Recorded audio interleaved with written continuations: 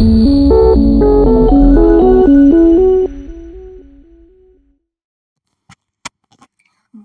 TDP కార్యాలయంలో నూతన MLA పాసం సునీల్ కుమార్ మొదటి ప్రెస్ మీట్ నిర్వహించారు.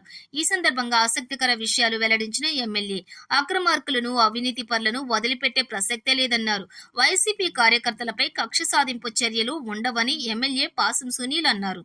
పేదల భూములు, దేవాలయం భూములు ఆక్రమించిన బడాబాబుల భాగోతం తేలుస్తామన్నారు. గూడూరులో ఫ్లైఓవర్ బ్రిడ్జి పూర్తి చేస్తామన్నారు. గూడూరు చెరువు అభివృద్ధికి ప్రణాళికలు సిద్ధం చేస్తామన్నారు. గూడూరులో అంబేద్కర్ భవనం కట్టిస్తామన్నారు. గూడూరు మున్సిపాలిటీలో నీటి సమస్యలు లేకుండా శాశ్వత పరిష్కారంకు చర్యలు తీసుకుంటామన్నారు. గూడూరు నియోజకవర్గంను అన్ని విధాలా అభివృద్ధి చేస్తామని ఎమ్మెల్యే అన్నారు. చిల్లకూరు మండలంలోని సిలికా అక్రమాలపై సిట్ ఏర్పాటు చేస్తామన్నారు. పేదల భూములు ఉంటే వారికి అప్పగిస్తాం, లేదంటే ప్రభుత్వంకు అప్పగిస్తామన్నారు. వాకాడు మండలంలోని ఆక్రమణలో ఉన్న దేవాలయాల భూములు స్వాధీనం చేసుకుంటామని పాసం సునీల్ కుమార్ అన్నారు. మండలాల్లో పేదల భూములు ఆక్రమణలు చేసి రొయ్యల గుంటలు ఏర్పాటు చేశారు. వాటిని పేదలకు అప్పగిస్తామన్నారు. పోలీసు అధికారులు మీ విధులు మీరు స్వేచ్ఛగా నిర్వహించుకోండి అన్నారు.